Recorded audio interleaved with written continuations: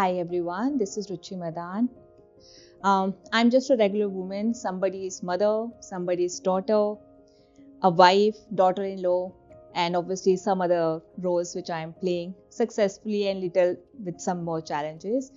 As a profession, I'm working as mind and emotional well-being coach. Well, I have been saying this for so long to my child, but now while doing this conversation, I've realized I should stop saying this. The thing is, I always used to say, मेरे childhood की कोई memory नहीं है मेरे पास, If you want to ask me or कि मेरा childhood कैसा था, I would say a lot of learning.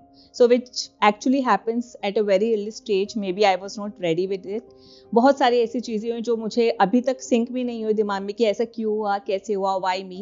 So वहाँ से questions why me से अब ये आ गया, okay, this is why it was for. So I believe that's all I can say. I was in 3rd grade. We used to live in Rohini. If anybody of you knows कि जो भी दिल्ली में रहते हैं हम वहाँ पे रहते थे and I have a younger brother also जो मुझसे 3-3.5 साल छोटा है. So we used to live as a nuclear family and some odd day like हम लोग सो रहे थे and रात को all of the sudden which I can recall कि रात को शायद 12-1 बजे होगा and my dad I don't know what went wrong with him उन्होंने मेरे को मेरे भाई को उठाया और सीधा गाड़ी में ऐसे लिटरली जैसे डाला बोलते हैं, why I'm saying डाला, बैठाया भी नहीं क्योंकि हम लोग अपने नाइट सूट में ऐसे बनियान और में सो रहे हैं जैसे घर के जो होते हैं और उसी में हम एकदम से डाला और आई कैन ओनली रिमेंबर कि मैं बीच बीच में उठ रही थी. बहुत लंबी रोड है जो ख़त्म ही नहीं हो रही है. हम रो रहे थे दोनों भाई बहन कि मम्मी कहाँ है, मम्मी कहाँ है. वापस हो जाते थे, उठते थे, रोते थे, फिर सो जाते थे. सो वो बहुत ज़्यादा horrifying I would say incidents था. So and then I believe Jind एक जगह है जहाँ पे मेरे ताया ताई रहते हैं, तो वहाँ पे जाके मेरे डैड ने हमें ड्रॉप कर दिया था एंड काफ़ी रात थी. तो फिर हम जब सुबह उठे तो देखा जगह ही अलग है, सिचुएशन ही अलग है और कुछ भी हमारे को कभी टाइम नहीं मिला कि हम चीज़ों को प्रोसेस भी कर सके कि ये क्यों हो रहा है, अच्छा ऐसा हो रहा है पर कौन कर रहा है, कैसे कर रहा है. And very next day my father vanished. He said कि इन बच्चों को तुम यहाँ पे रखो and then he vanish from there. तो हम मतलब मैं और मेरा भाई अपने खुद के फादर को, खुद को, डैडी को भी 6 महीने में एक बार दिखते थे. टू लिविंग विद ताया ताई जी एंड अनदर 4 सिबलिंग्स जो ताया ताई के बच्चे थे. आई वुड से कि शायद दुश्मन को भी ऐसा कर्ज ना मिले, वो वैसा था. सो मे बी शायद डेस्टिनी थी या मेरे कुछ पास्ट कर्मा थे, मुझे नहीं पता, because that's the best way I can put कि इतनी सारी सफरिंग क्यों थी. सो हर छोटी चीज़ के लिए वहाँ पे प्रॉब्लम थी. आई ऑलवेज यूज टू से मतलब हमें लगता था कि अच्छा आज का दिन हमें और मिल गया है, मतलब आज हम नहीं जिंदा बच गए हैं, मतलब ऐसी वाली सिचुएशन थी. सो इट्स लाइक आप कुछ भी कर रहे हो आपको हर चीज़ के लिए टोका जाता था, बोला जाता था. Even if you are finishing your food late, so what they use to do is वो पूरी रोटी मुंह में डाल के and they use to put बेलन कि इतना टाइम लगता है, भी जल्दी करो. And they use to wear their shoes and then we need to polish them. Mother से तो अलग कर दिया था फादर ने. तो उसके बाद मेरी मम्मी हमें ढूंढने भी आई, एक बार वो पहुंची भी. और उस टाइम पे this is something I am talking about, जिस टाइम पे ना लैंडलाइंस वगैरह भी इतने नहीं होते थे, सबके घरों में नहीं होते थे. आजकल तो हम जीपीएस से ट्रैक कर लेंगे, इंस्टाग्राम, फेसबुक देखा सब हुआ. उस टाइम पे ऐसा नहीं था. So obviously it become very very difficult for my mother search out करने के लिए रिश्तेदारों के वहाँ जा जाके. And then she got to know वहाँ पे रहते हैं. एंड देन माई ताया ताई वो जैसे डीमंस होते हैं मूवीज में, वो उससे भी बुरे थे. उन्होंने उनको कभी अंदर ही नहीं आने दिया and she used to sit outside. तो फादर का डिसीजन बहुत सारी चीज़ों पे हुआ जहाँ पे हमने अपनी मम्मी को खुद रोते हुए देखा, बाहर ऐसे बैठे हुए देखा, ठंड में बैठी हुई हैं, कोई उनसे बात नहीं कर रहा है, उनको अंदर नहीं आने दिया जा रहा है. And my father he was busy in with his girlfriend. चलो ठीक है, वो तो उनका जो भी डिसीजन था. बट आई वुड से कि ठीक है, if you really want to proceed अपनी गर्लफ्रेंड के साथ या एक्स्ट्रा मैरिटल अफेयर के साथ, तो उसमें हमें बीच में पिसाने की जरूरत नहीं थी. His decision impacted a lot because he was not there for anything. Anything means anything. उनको नहीं पता था हम किस टाइम पे स्कूल जा रहे हैं या हम कौन सी क्लास में पढ़ते हैं या हमारे स्कूल में चैलेंजेस भी क्या हैं. So he did not know anything at all. So by the time he got married to my now who is my stepmother, I believe I was in 7th or 8th class. So that particular day मेरे memory में इतना ज़्यादा clear है और इतना ज़्यादा evident है वो उस चीज़ को, because we got to know कि उस टाइम पे उस दिन मेरे फादर शादी कर रहे हैं. एंड माई ताया ताई they also got to know. तब तक लैंडलाइंस आ चुके थे when I was in 8th class. So उन्होंने बोला कि ठीक है अब तो तुम्हारी माँ आ जाएगी तो हम क्यों तुम्हें खाना दें. So since morning me and my younger brother हम लोगों को छत पे भेज दिया था कि ना तो हमें बैठने देंगे, ना हमें खाना के लिए देंगे, ना हमें पानी देंगे, अब तो तुम्हारी मम्मी आ रही है. And since then, since morning till evening we were just standing over there and we were just praying to God कि कोई कोई तो आ जाए जो हमें खाना दे दे, there has to be somebody. And then my brother he was like कि पता है मेरे को सपने में आया, भगवान जी ने बोला कि आज तुम्हारे को खाना मिलेगा। And they reaches about in the night around 8 और 8:30। By then we were so starving कि हम शायद गिर जाते अगर वो और आधा घंटा नहीं आते तो। एंड देन ऑब्वियसली उस टाइम पे कुछ भी नहीं था, खाना वगैरह नहीं था, क्योंकि हम कुछ सेपरेट नहीं हुए थे, किचन सेटअप नहीं थी। But since she came, so she was carrying some mithai and fruits with her, so that's what we had. So now talking about my personal life, my husband who is apparently my childhood friend also, जो भी प्यार हुआ, and then I said okay, and I was so overconfident कि मैं अपने घर में बताऊंगी तो मान ही जाएंगे। Why? Because my father, he's a Jat, but he got married to his girlfriend जो कि पंजाबी थी, सिख थी। So I said कि ठीक है, क्योंकि वो जो मेरे हस्बैंड है तनुज, वो भी पंजाबी है, तो मैं कहा क्या प्रॉब्लम होनी है, उन्होंने तो खुद ने ऐसे करी है। I was super duper confident. So but I was not ready for the marriage at that point of time because I was just 21. Then all of a sudden on Monday morning I got a call कि उसके साथ breakup करो because we cannot allow, it's an intercaste marriage. Then they said कि नहीं, it is not possible, ये सब कुछ नहीं होगा।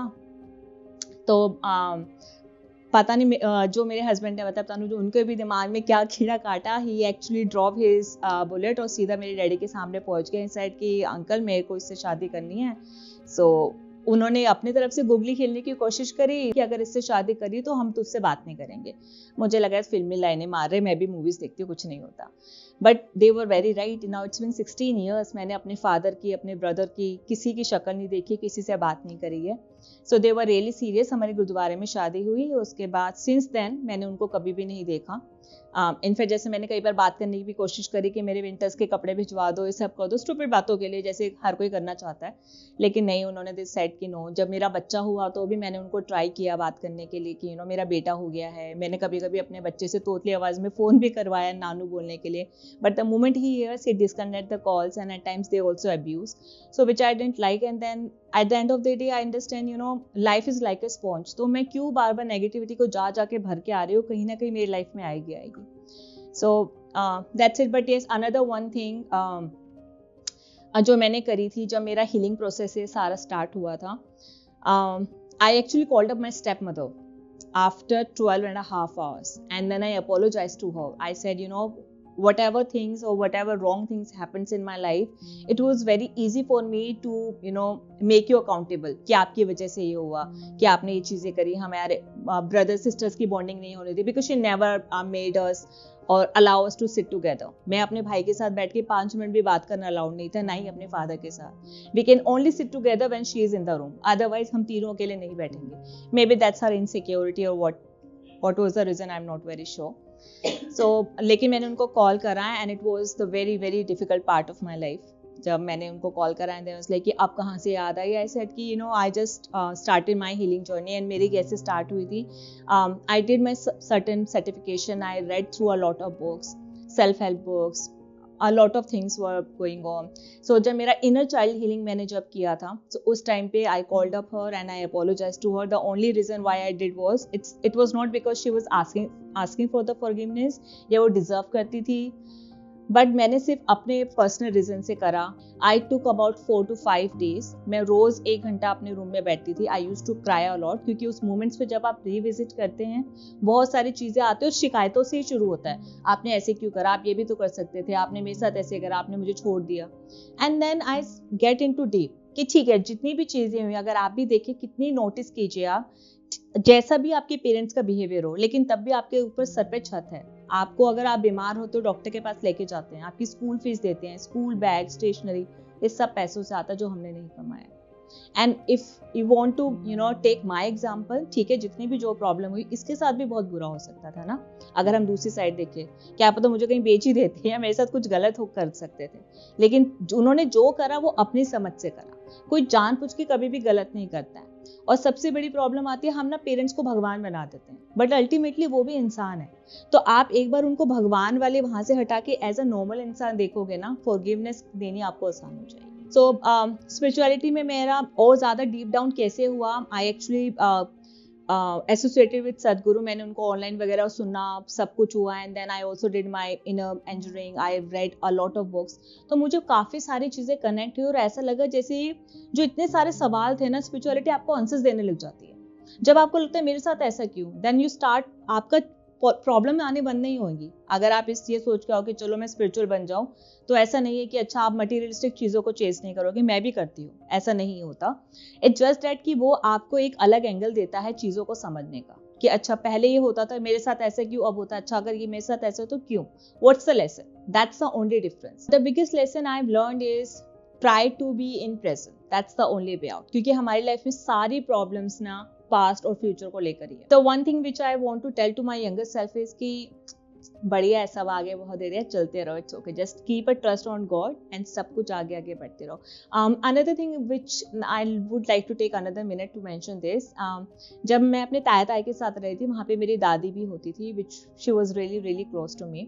सो आई स्टिल रिमेंबर वो बिलीफ सिस्टम हमारे बनते हैं ना, जैसे कि कोई भी चीज़ आपके दिमाग में हमेशा के लिए रह जाती है। सो मेरी दादी ने ना उस टाइम पे बोला था, जो ताया ताई, जो इतने प्यारे वाले ताया ताई थे मेरे, तो वो हर वक्त पीछे पड़े रहते थे। तो उन्होंने बोला था कि कोई बात नहीं गुड़िया, तू रो मत, जिनके मम्मी पापा नहीं होते हैं ना, क्योंकि मेरे लिए तो नहीं जैसे थे ही नहीं कोई वहाँ पे, उनके ना भगवान जी देखते हैं, तो तेरे पापा और मम्मी ना तेरे भगवान है।